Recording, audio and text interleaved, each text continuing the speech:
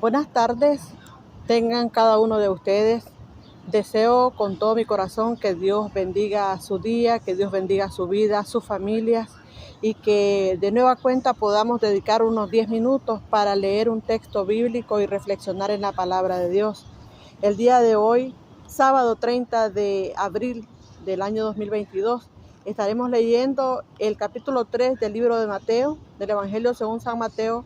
Vamos a leer versículo 7 y versículo 8. En el nombre del Padre, del Hijo, del Espíritu Santo, la palabra de Dios dice así: Al ver que muchos de los fariseos y de los saduceos venían a su bautismo, les decía: generación de víboras, ¿quién os enseñó a huir de la ira venidera? Haced pues frutos dignos de arrepentimiento.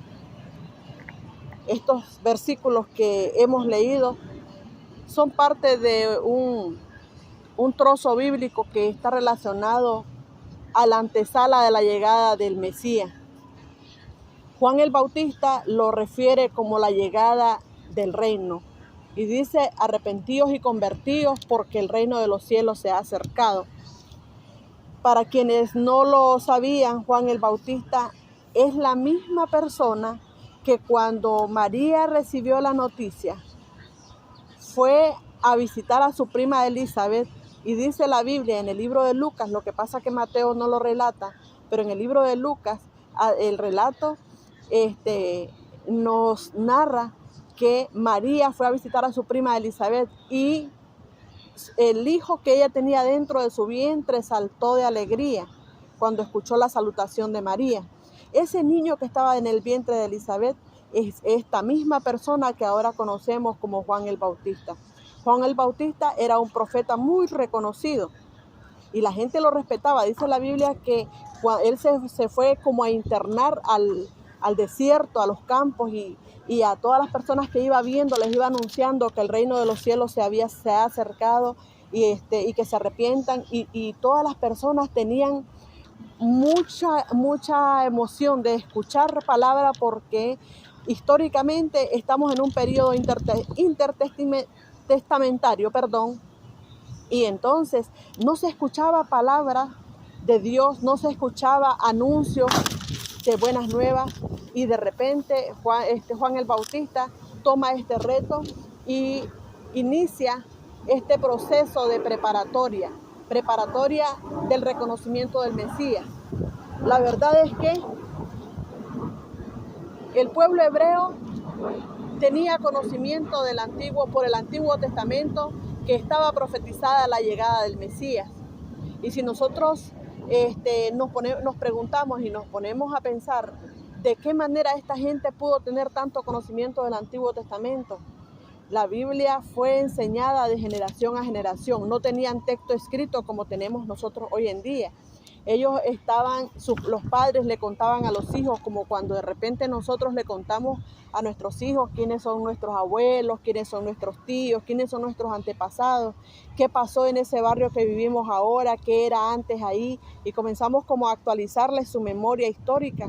Eso hacía el pueblo hebreo con los preceptos bíblicos, con los mandamientos, se los contaban a sus hijos a los otros hijos, y así iba pasando esta palabra de generación a generación, y por eso es que era fácil para ellos interiorizar el cumplimiento de la profecía, y Mateo se encarga de plasmar y hacer un recordatorio profético de todo lo que fue dicho en el Antiguo Testamento acerca de Jesús. Y en este momento Juan el Bautista está haciendo que esta profecía se haga patente en el pueblo judío, que se den cuenta ellos que ya en este momento ellos tienen que abrir su mente, abrir su corazón, no a un reino de este siglo, sino a un reino eterno. Es decir, que todo lo que acá hay es pasajero, pero que se acerca a ellos la redención que tanto esperaban, la redención del pueblo judío. Y entonces este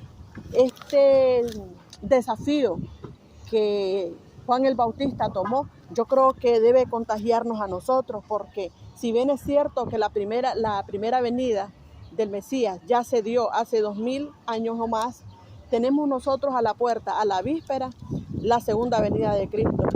Y yo creo que es una buena oportunidad para que nosotros reflexionemos en la necesidad de este arrepentimiento y esta conversión de la que hablaba Juan el Bautista. Es necesario arrepentirnos y convertirnos de nuestros malos caminos, porque el reino de los cielos sí que se ha acercado, sí que ha llegado a través de Jesús, y tenemos nosotros la promesa de ser llevados a disfrutar de ese reino eterno. ¿Qué es lo que necesitamos? Arrepentirnos. Y de repente podemos decir nosotros, ¿y de qué voy a arrepentirme si yo no le hago daño a nadie, si yo no hago mal a nadie, si tengo tanto tiempo de haber reconocido el Evangelio, tengo tanto tiempo de haber aceptado a Jesucristo? Pero yo creo que cuando Juan el Bautista está hablando de arrepentimiento, está hablando realmente de marcar la diferencia. Es decir, que no seamos personas indiferentes a este Evangelio, que no nos hagamos los disimulados ni de oídos sordos, porque nos encontramos en la calle una aridez peor, creo, que el desierto en el que estaba Juan el Bautista. Se habla de la palabra de Dios y las personas pasan de lejos, las personas no se detienen, no reflexionan, no escuchan, no quieren interiorizar, no quieren empoderarse como de repente se espera o se necesita que lo hagamos. Entonces yo creo que cada día vivamos nuestros días arrepintiéndonos de cada acto malo. Tratemos de acercarnos a la voluntad de Dios y convertirnos de nuestros malos caminos, porque es que no solamente pecamos con lo que actuamos, también pecamos con lo que pensamos, pecamos con lo que sentimos y pecamos hasta con lo que dejamos de sentir, y que es una responsabilidad nuestra, como sensibilizarnos con necesidades, que amemos al prójimo como la Biblia lo manda, porque dice la Biblia que si decimos que conocemos a Dios y que amamos a Dios, pero no amamos a nuestro prójimo, entonces somos mentirosos. Juan el Bautista, el profeta Juan el Bautista, les dice a los fariseos y a los saduceos, generación de víboras.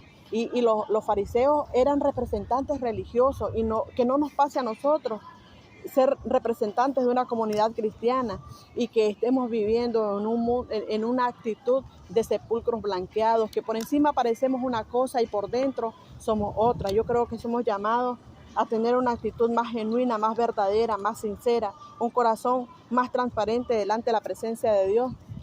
Las víboras, si ustedes se fijan, cada vez que si hay un incendio, tratan de escaparse de ese incendio, y entonces estos fariseos y saduceos, el temor que tenían, la actitud que estaban teniendo de ir y ser bautizados, es porque estaban teniendo temor, pero no era amor. Y necesitamos, oh Dios mío, que Él nos ayude para que el temor se convierta en amor.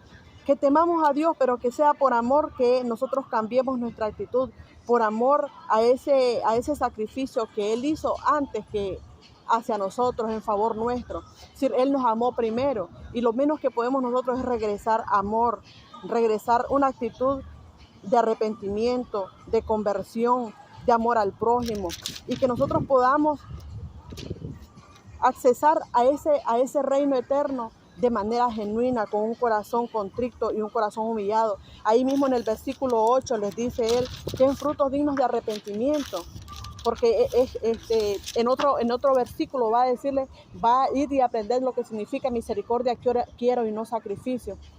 Yo creo que ya basta de estar haciendo cosas por sacrificio o por quedar bien. Tenemos que hacer cosas con corazones sinceros, con corazones íntegros. Que Dios nos ayude, hermanos, que Dios nos ayude, que Dios nos dé la iluminación necesaria, la humildad necesaria, para que el pueblo que adora a Dios realmente seamos un pueblo que lo adore en espíritu y en verdad. Recuerden cuando la mujer samaritana le preguntó a Jesús que dónde es que era necesario adorar. Jesús le dijo, no es necesario el lugar, es necesario que hayan adoradores que adoren en espíritu y en verdad. Yo espero que estos textos bíblicos, que al menos para mí han sido una reflexión muy interior, muy personal y muy en serio, muy responsable, que a ustedes también los invite a hacer una reflexión responsable de lo que estamos haciendo cada día. Que no seamos una generación de víboras que nos asustamos solamente cuando hablamos del fuego y del peligro. Que seamos personas que de verdad nos arrepentimos y nos convertimos en nuestros malos caminos, y que comencemos a dar frutos dignos de arrepentimiento. Les deseo una linda tarde, que Dios les bendiga y un excelente un excelente fin de semana. Mañana domingo me tomo el día para asistir a la congregación y hacer algunas cosas, y el lunes les comparto una nueva reflexión.